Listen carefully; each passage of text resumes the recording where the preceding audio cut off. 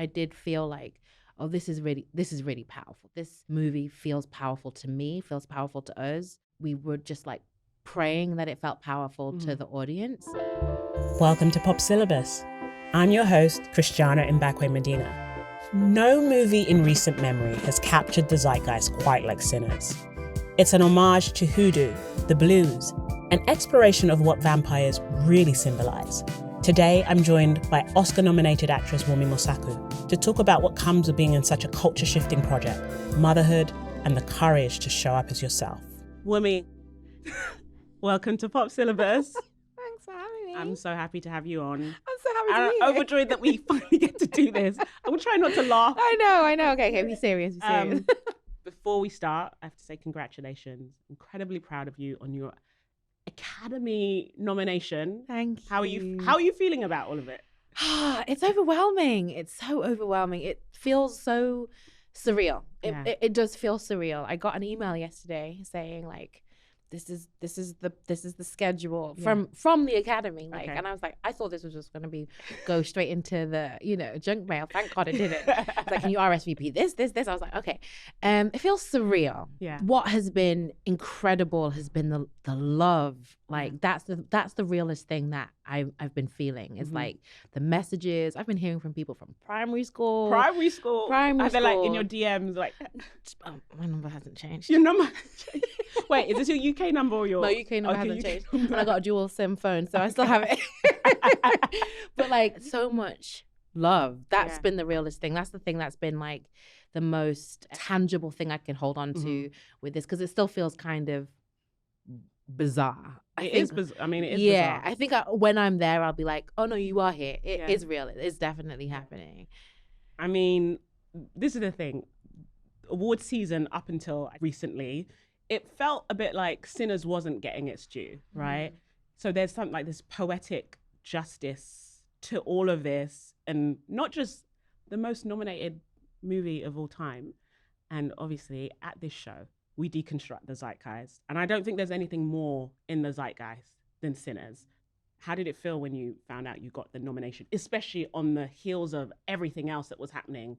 And then it feels like this massive surprise. Yeah, I think it has just felt like a roller coaster. Like every time you go to these awards or you get an email saying like you've been nominated something, it's like there's this joy, and then there's a bit of work that's involved, and it's like you go meet people, you go do Q&As, and it's like, there's something about talking about this film that feels really therapeutic actually.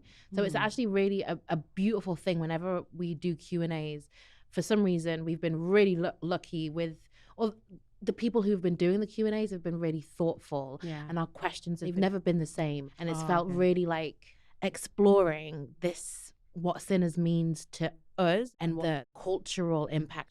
So it feels like kind of airy-fairy when you get the nomination, and then you go to the Q&As, you go and talk about the film, and you meet people, and then that feels really grounded. So it does feel like it feels like a roller coaster. It's interesting you say that word grounded, because Annie, this role you play, she's like a hoodoo priest practitioner. She's a wise woman, which is an interesting role for a good Nigerian girl like yourself, raised in the church. Yeah. I will say a funny story. When I told my dad that you've been nominated, he was really excited. And then he was like, what's the name of the film? And I was like, Sinners. He was like, my God. I'm sorry, Uncle. He actually said, Odiegu, which is like an Imo phrase, like, so it's, anyway. But, the cultural background we come from, there's a real view on the spiritual practice that Annie does. But I've read other things, and you said you always knew this role would change your life. Like, how did you know that? Ryan Coogler. I knew being in his presence was changing. Like I felt changed when I had a Zoom with him. Just the hour and a half we spent, I was like, I feel like I've learned a lot. Like you do generals all the time, and you don't feel like, oh, I've grown as a person. I hate generals. We don't like generals. No, right. Generals are generally, But this one, I felt like inspired, and I thought, no matter what happens with this, I already know I've grown from this experience. And those 7 pages that I read before my meeting, I was like, I've not read writing like this. What was in the pages? It was the scene between Annie and Smoke in the shop when they first meet. Okay. And just the quality of the writing, the depth of the writing. So you learn so much about these two people. You learn about their faith. He believes in power, and money is the only thing that brings you there. And she doesn't even take the real money. She takes plantation money. And she believes in the power of hoodoo, of Ifa, of the ancestors, of the roots and the herbs of the land. They have completely juxtaposing faith systems, but these two people can't be anything but with each other. And that kind of love, that kind of understanding, he doesn't believe in it, but he holds on to this mojo bag for these 7 years. Because of her. Because he believes in her. Yeah. It's so subtle. It's subtle, but it's so Rich. clear. Yeah. It's so clear. When we were actually filming it, Ryan, I say to him, why are you here, Smoke? What do you want with me? And he says, I want you to cook. And then she says, why are you here, Smoke? What do you want with me? And then he gives her the real answer. But in the scene, when we actually went to shoot it, he was like, let's cut that second one. Call him by his name. And I was like, you're a genius. You're a genius. Like, yeah. I mean, I thought the script was perfect, right? Yeah. Like, she asked twice. He's like, okay, she can see through the bullshit and let me give her the real answer. But she said, call him by his name. The fact that he gave him a real name, not just, that was all after the script was written, like, given to us. Like, I didn't know his name was Elijah until also the way Annie would say that, Elijah. I know. I'm jumping ahead, but like that final scene know. where she's been holding the baby. I know. There's something, I don't know, it's very musical about how she would say Elijah. It felt so different. Yeah. You know? But I realized Elijah is his Oriki name. So you know how we give... Explain for the people at home. So Yorubas give given names, and you've got given, like, the names that your parents give you, the name that comes with from heaven, which is like the circumstances of your birth. So if you're a twin, if you come after twins, if you have your umbilical cord wrapped around your neck, feet first. But then there's the Oriki name, which is like, it's a secret name that only the family know. And when someone calls you by your Oriki name, it's like your heart is meant to melt. I can't do anything but say yes to your request. And Elijah is his Oriki name. It just hit me like one day. I was like, that's the only thing. That's when he drops his mask. That's when he drops his representative. That's when he drops Smoke. And I thought, Ryan, that was just like, it just broke the whole scene open. Yeah, it did. And then you had like the subtlety, like the baby's breath in your hair while you're holding. That was when I cracked open. Mm-hmm. You know me, I don't like vampires. You know, me neither. I kept turning. Lewis was laughing. My husband watched the film with me, and I kept looking away every time. Like, I don't like blood. I don't like fighting. I know. But that scene, I like wide open. I know you don't dial into the discourse. It's so funny that you're on this show about pop culture because you're the queen of who's that? What's that? What's going I think that's one of your gifts of being like, you are attuned, but you also like keep some distance. So I know that you're aware of some of the discourse around Annie, but I don't know how much you're clued in. What discourse? The love. Oh, okay. Yeah, okay. So there's a couple of things that happen. People went to see Sinners, and I think two things kept coming up.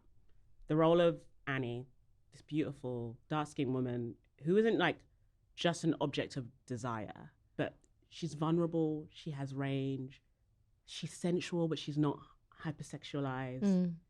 She's wise, but it's not like a wise woman that she's not still in her full humanity because like she has a bit of a temper. You know, it's just like, it's not like I'm so wise that I'm no longer human. And then Annie is like a curvy woman and just in her power. And so many people watched that and they were like, yes, we know her. But that's not a character we get to see on like screen often, being loved, being desired, being her whole person. How did that positive response to Annie And as a consequence, really, you, because you're connected in this way, how did that make you feel? And were you cognizant of like the power of what that represented? Like, or is it just like you just did the thing and it was just like, oh, whatever happens, happens? Yeah, I'm not thinking what this would mean to the world. I'm literally thinking about the character, the story. I do feel like the story, I did feel like, oh, this is really powerful. This movie feels powerful to me, feels powerful to us. We were just like praying that it felt powerful to the audience, but I didn't think about my role and me representing Annie until way after, until I heard the discourse. Oh, so even after you shot it, like it's locked, it's loaded, you're promoting it, you did not think that what this would mean to other Black women? Yeah. No, I didn't think like that. No, someone asked me this the other day about like what this nomination is going to mean to other Black women. I'm like, I don't know. We'll Can you tell me? You know, we'll see. It's not something I'm thinking of. I'm thinking of just the work I'm doing. You're very craft first, right? Definitely. And I think when I started hearing the response, I found it really healing. Like, and really, I don't know. I just remember thinking, thank God for, again, Ryan Coogler. Thank God for the people who have poured into him, who saw Annie so he could see Annie as me. Because they could have cast anyone, right? And they could have cast within the archetypes that we're used to and things that we're told to aspire to look like, be like, They could have done all of that, and they didn't. And he didn't. He cast me. I felt like I didn't realize how lonely it felt until I heard the other women. I didn't know I felt like alone in it, like watching us being represented in a certain way continuously. I didn't know I felt alone in the feeling of it. You know, I was someone who, I remember buying Sugar magazine once and going, oh, this isn't for me. And so I have never bought a magazine unless I'm in it. But Wunmi, that's such a flex though. I don't buy magazines. I don't, because I've always been like, oh, this is here to make me feel bad, or make me feel like I have to hurt myself, change myself, do something that is not me in order to feel worthy. So I've never read them.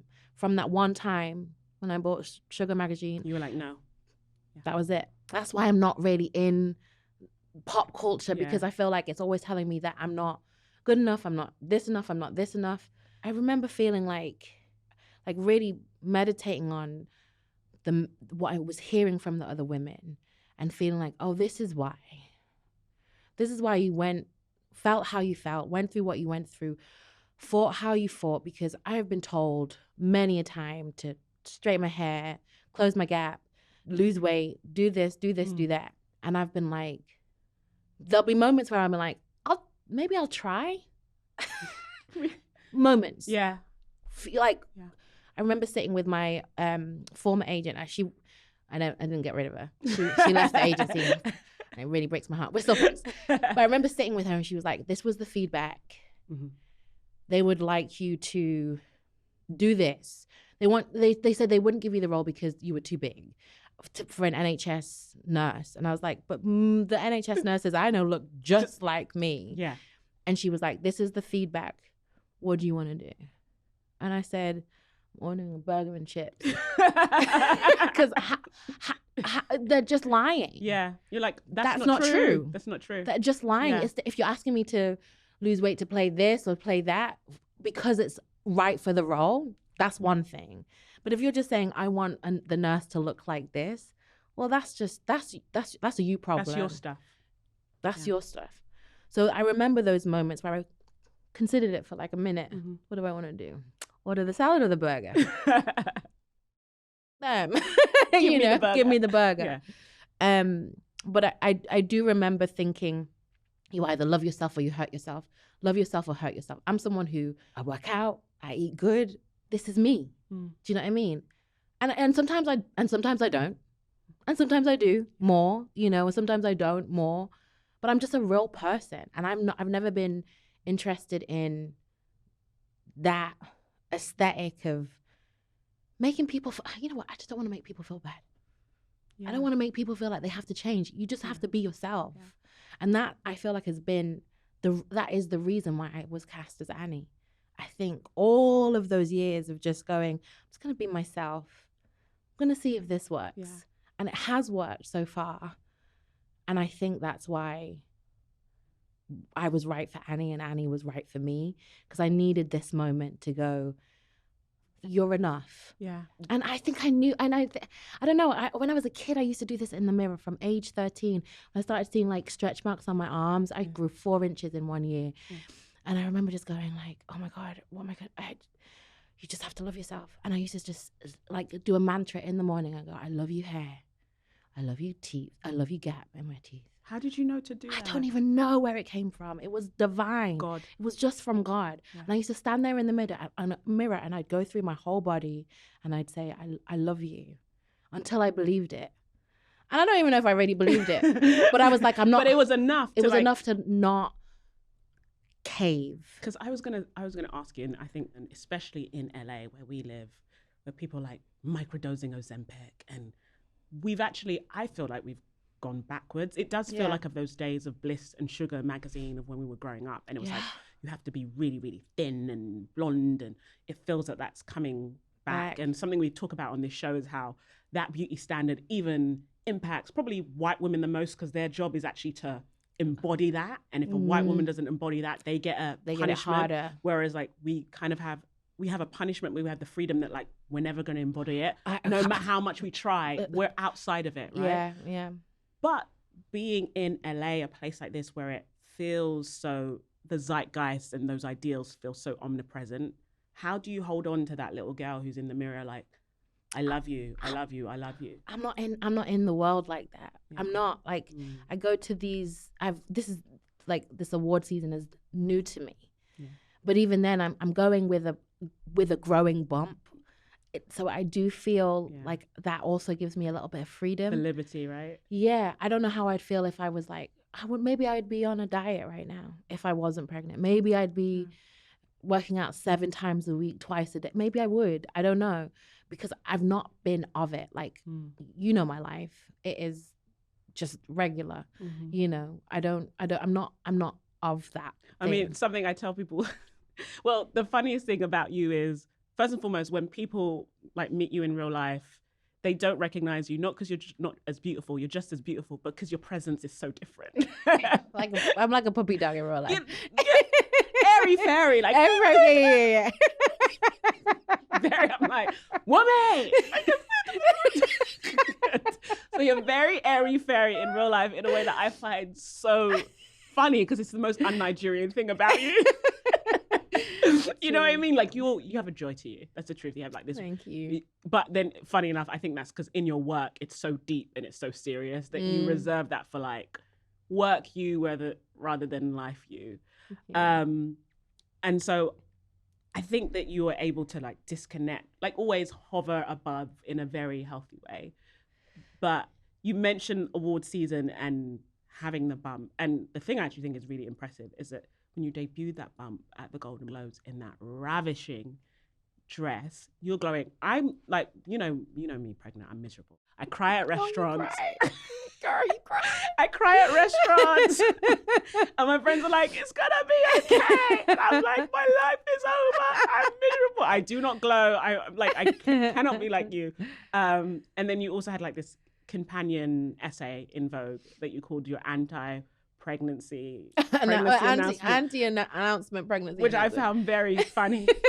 You're just like, but I feel like you're managing it really well. Like, how are you managing that? Because I do think there's something very sacred and spiritual about growing life, and you kind of, I know I want to hide. No one ever knows I'm pregnant unless you're close from the family. And then I just put the baby on Instagram. I've like hard launched 3 babies. That's my thing.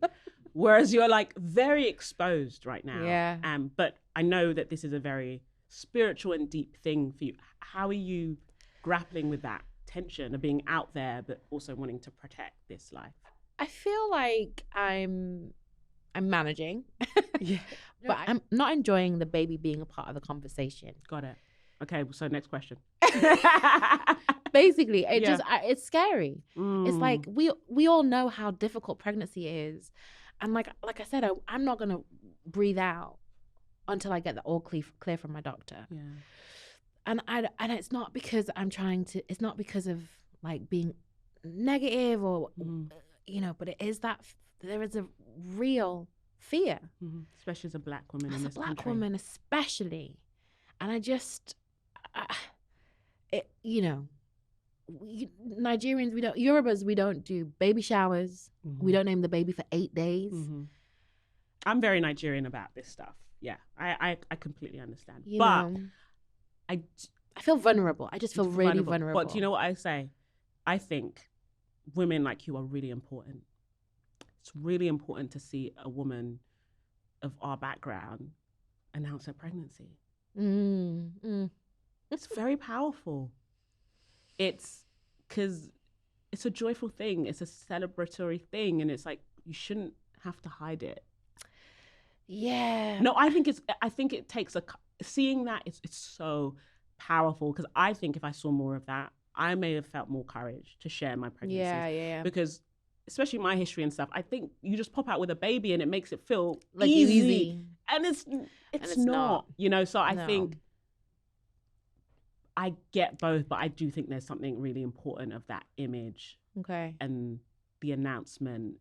And I think that's a different type of liberation. And I mean, you know, when you put it like that, I do think like I can see the positive of someone looking in. I have a lot of empathy for you on just like on a purely human level. It's just like you're dealing with that with just like rising fame, you know. Before it's like, because when you're a pregnant woman in the street, random people scream congratulations. Anyway, it's true. That's true. You know what I mean? It's this state that invites commentary. It is true. What are you having? Oh, the bump is high. It must be a boy. You know, like all of that. You know what I'm talking about? Like wives says, oh no, put on your coat. You know, like you know, pregnancy does that. But then now there's also there's the sinners of it all. Yes. And so there's I think that it magnifies it. And then there's the emotion of it all. Now people are out. Now it's out. For me, I'm finding it very difficult to manage my emotional regulation during this award season. I'm someone who I have not cried over an audition or not getting a job since outside the Prince Charles Theatre in London in, I don't know, 2009. Yeah. Maybe 2009. So a long time. Long time. I haven't cried over a job since then, right? So I've been someone who has managed my emotions really well with the ebb and flow, the rejection and the acceptance and the bad reviews and the good reviews. I've been someone who's been able to manage it. But for some reason, being pregnant and the emotional journey of, did you get nominated? Did you not get nominated? Did your castmates get nominated? Did they not get nominated? Did they win? Did they win? Yeah. It's a lot. And I feel like I can't hide it anymore because I've told people I'm pregnant. Because I've let my biggest secret out. My emotions are they are here. They're on the surface of my skin.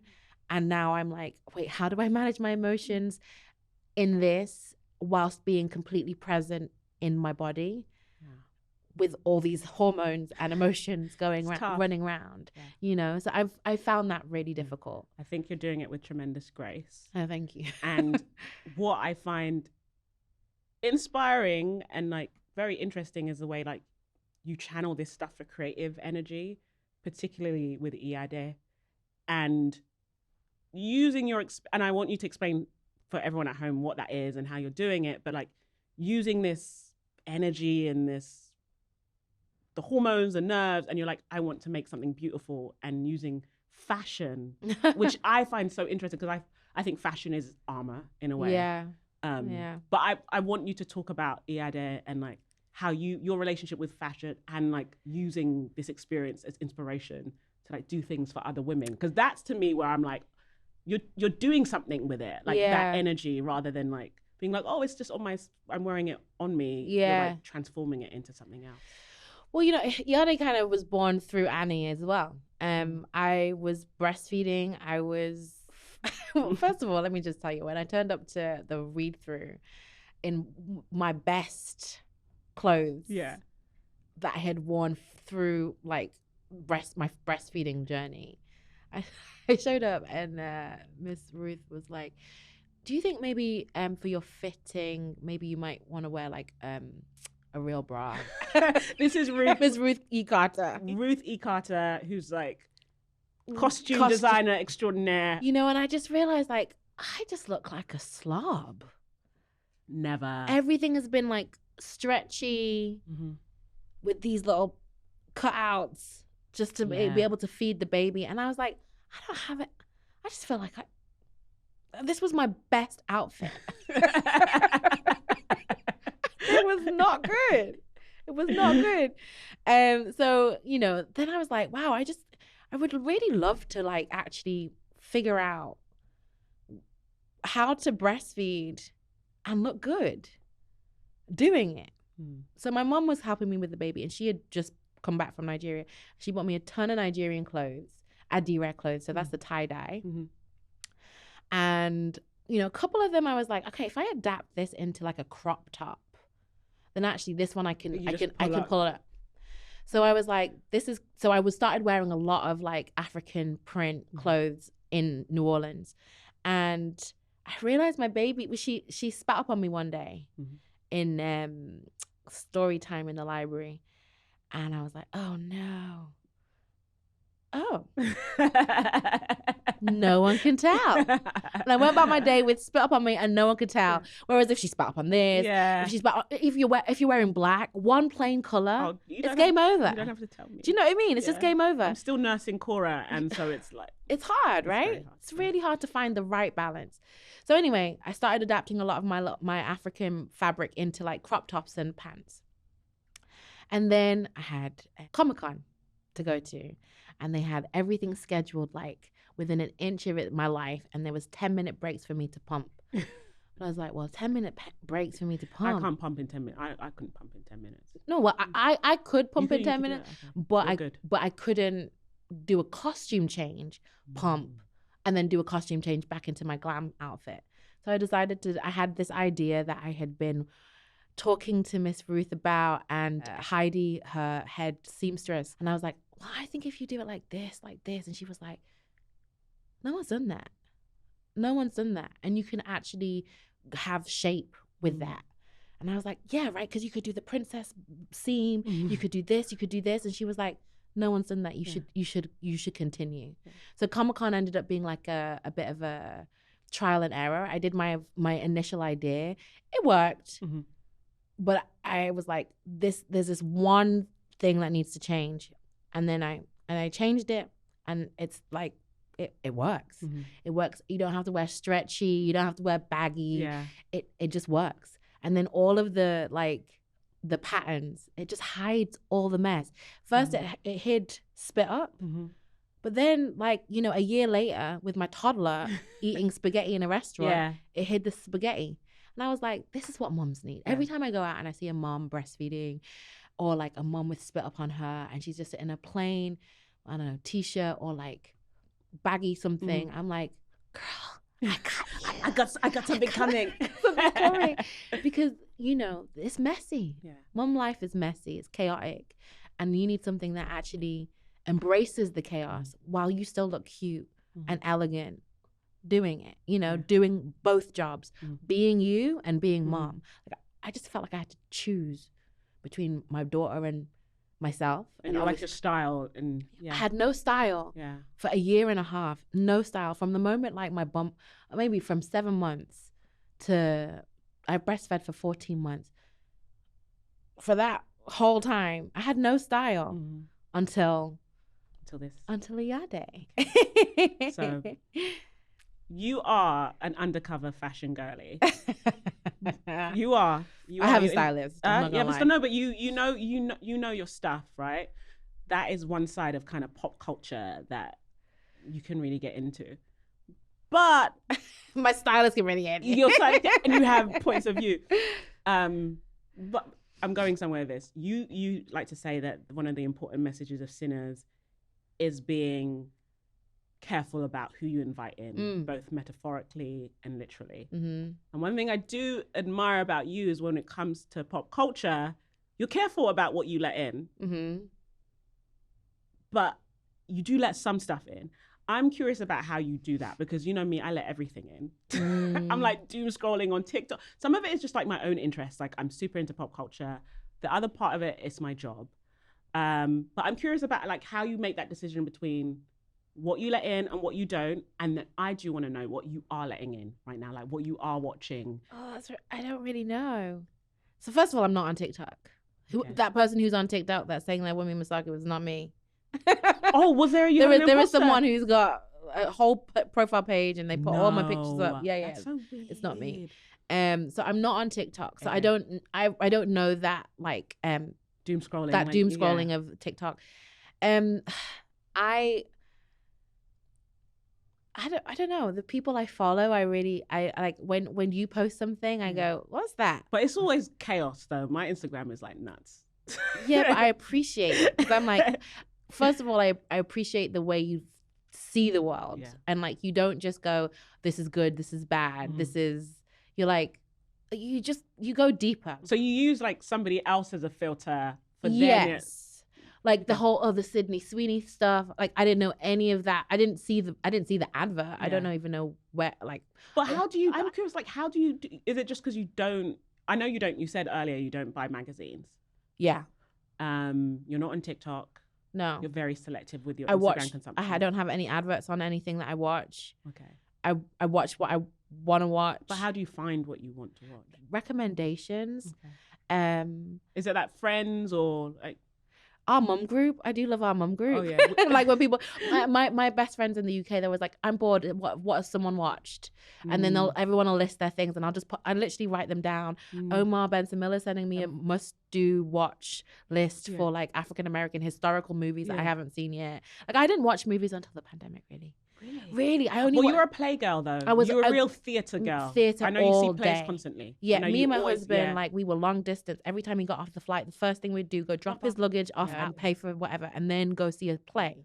What it sounds like to me is that like you like curate your world in a very wise way, and I think that everyone's talking about Annie right now, but you also like you have impeccable taste. Like from like We Own This City.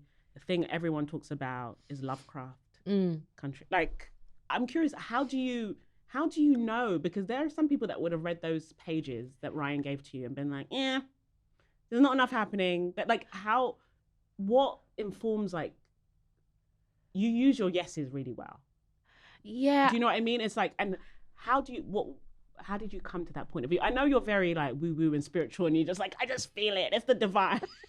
But there's a philosophy there. There is like, what is informing your decision to be like, I want to play Annie. I want to play this. Yes, it's meant to be this. It's meant to be this. With Annie, like I said, those 7 pages, I was like, this guy can write. And then I do a meeting with him and like, this guy is a special, divinely touched person who is keeping... He's a keeper of truth and culture, preserver of it. And then it's Ryan Coogler, right? So everything I've seen of his, I was like, it's great, you know? So there's that. And then he told me the story. Like I didn't read the script before, he told me the story in that meeting. And he says, so then the vampires come. And I'm like, see, I thought it was going to be this epic love story between me and Michael B. Jordan. And, I have no idea. And then in the meeting, he's like, then vampires come. And then vampires come. But you still trusted him when he said that, because I would have been vampires, I'm out. You lost me at vampires. But to trust him and still be like, yes. Because I understood what the vampires represented. He pitched it to me and I was like, this sounds like cultural appropriation. This sounds like capitalism. This sounds like colonialism. Yeah, conquest, power, yeah. All of this. But I didn't understand the depth of the film. I still get new things every time I see it. It's one of those ones, yeah. I didn't realize why the vampires were Irish until halfway through filming. I was like, oh, I explain for the people at home why they're the vampires. To me, they're Irish because the Irish were colonized, And there's this book my husband always talks about, when the Irish became white. We don't learn about Irish history in the UK, about how they were colonized and how violently it was, and the implications of that and what was taken. Right. Even I think even like the terminology beyond the pale is from the English colonizing this part, and this barrier, the pale, is like the wild Irish over there. That's where it comes from. I didn't know that. And I only know about Irish history because I did a play with Stephen Ray called Cypress Avenue, again about a confused Northern Irish British identifying Northern Irish man who is so confused by his identity when he comes to England, and everyone's calling him Irish and he goes into psychosis. It's a great play. It's dark, but it's a great play. But I was in Ireland and walking around, I'm seeing bullet holes in the buildings of Ireland because of Queen Victoria and her army. They're just bombarding this country. It's still there on their walls, but we don't know any of that, right? So I don't know. I just was like, when he does the Lord's Prayer at the end, and he starts doing the Lord's Prayer back to him and goes, "Oh, this isn't going to protect you because this is from the colonizer too," and it still brings me peace when I hear those words. But I'm still a vampire, I still want you. You know what I mean? That just was like, oh, I didn't get it. Like I didn't get the depth of the film when I was. All the Native Americans being the ones like, "Hey guys, we're warning you and we're leaving." Right. Racism will They were like, we're just telling you what's coming. Right. And your ignorance is what's gonna it's what we're seeing right now. You think that you think your citizenship is gonna protect you. Like no. Like it comes for everyone. It comes for everyone. If one person isn't protected, if one person is oppressed, then it's all of us. It's gonna come for all of us. So I didn't know the depth of it like that. I just was like, oh, this is clever.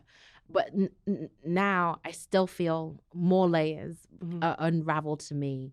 Like the Ariki thing that came to me, weeks after we shot that scene, months after we shot that scene. I'm like, oh, that's where I'm feeling the connection. Probably only came to me because I was in my Yoruba class. It feels like a project that's still a great teacher to you. Yeah, 100%. But I think that the other work, you just have this ability. I say all the time, it's something I speak about how important it is, the power of your yes.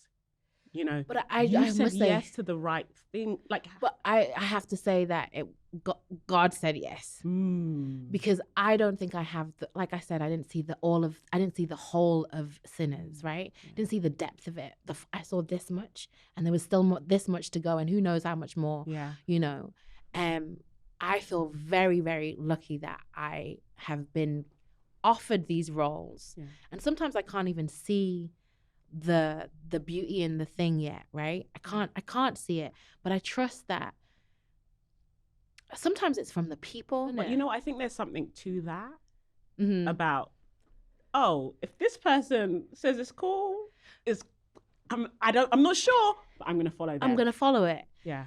Someone's seeing something that I'm not seeing, and I just feel like I'm just not clever enough to get it right yet. But I'm gonna get there. So I appreciate that. I have notes for myself on every project. I have notes for myself on Annie for the next one. You were so good. Of course I have notes. What would you have done differently? Oh, now that what would you have played a bit differently? No, tell me. I'm curious. It was seeing Delroy's performance at the train station specifically, when he was laughing and his knees were knocking and his hands were like, I was like, I want to be an actor like Delroy Lindo. Do you think you could have been more physical? Just how embodied he was. I don't know how he found the character from the tip of his head to the bottom of his soles of his feet. I'm like, I want that kind of clarity and freedom and bravery. Like when he opens the beer and he's like, oof. All those little moments I was like, oh, I want to go again. I hadn't even been on camera yet, but I saw that and I was saw like, some takes. I want to go again. Yeah. I want to go again. Yeah. You know, like Michael's performance. So again, so detailed, so character driven. I could feel the difference between Smoke and Stack with my back turned on. I swear by that. He looks different as Smoke. He looks different as Stack. Same face. But I feel that's because you were so in the part. And that is probably true. Because you know me, I couldn't. He's so in the part. Watching it, I could feel the difference. Yeah. But he's so in it. Yeah. Like his cadence as he walks is different as Smoke and Stack. But even Michael's face to me now looks different from the two of those guys. That's so freaky. Every time I saw him with the don't let my dad hear that. He's gonna be like, yeah, definitely witchcraft. The boy looks different. The witchcraft. But honestly, the press tour, I'd be like, you look different. You look different. I was like, oh, it's because he doesn't look like Smoke or Stack.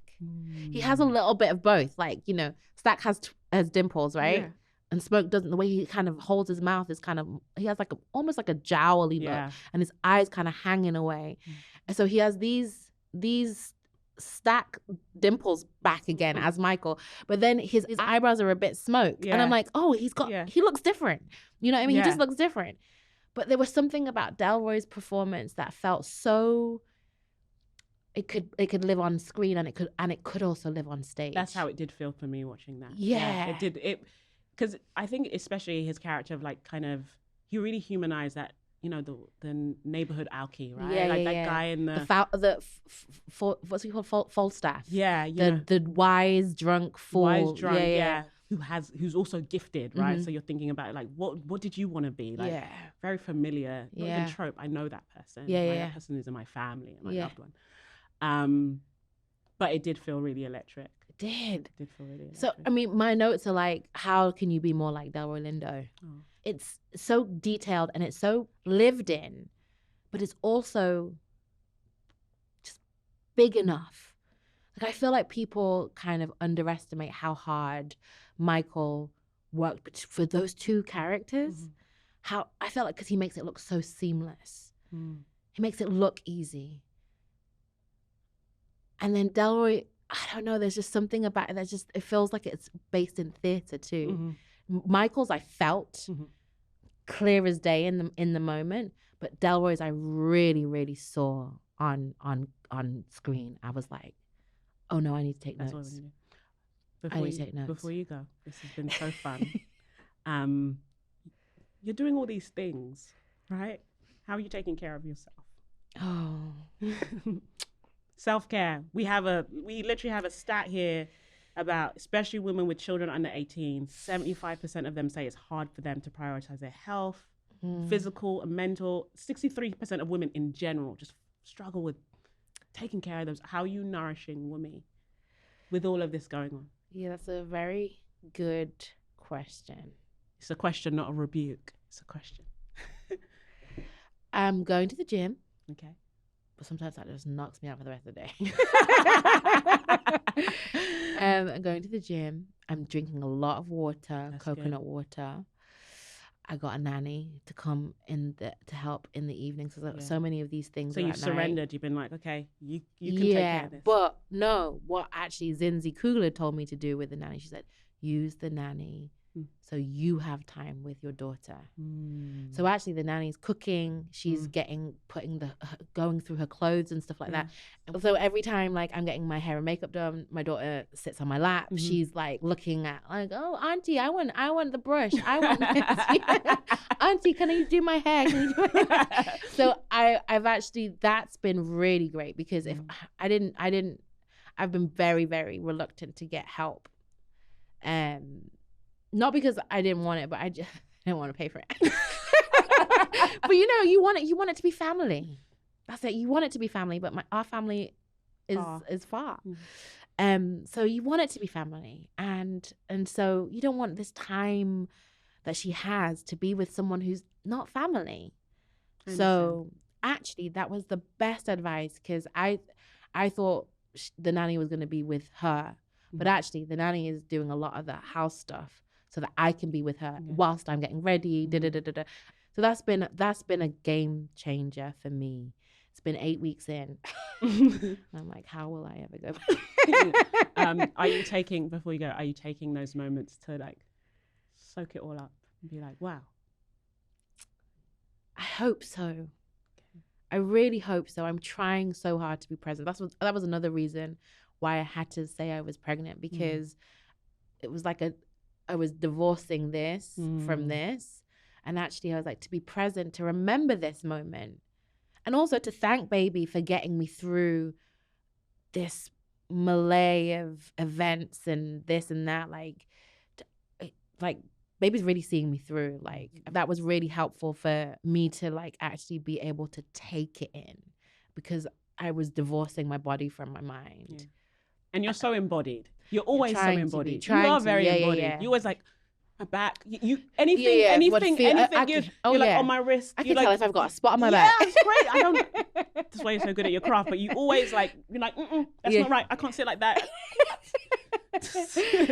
Yeah, no. And then also Epsom salt baths after every event to get rid of all the energy that I absorb. You're so woo-woo. I love it. You gotta try. It's a lot of energy, and because I can't with ADHD, I find it very difficult to wind down. That's the self-care, the decompression. The decompression. Yeah, I need to learn that. Like, it's dimming the lights, dimming them, and sometimes you have to dim them slowly. Yeah, I don't. That's why I'm like doom scrolling on TikTok. Yeah, I'm like, because it's hard. It's really hard, and I wake up at 2 a.m. on the dot every morning. And I try not to go on Instagram, but then I'm like, because of Iyadé in Ghana, I'm like, I get it. Emails, I'm like, no, put your phone away. It's hard. You're doing your best. I really am trying. And you're making us all very proud. Oh, thank you.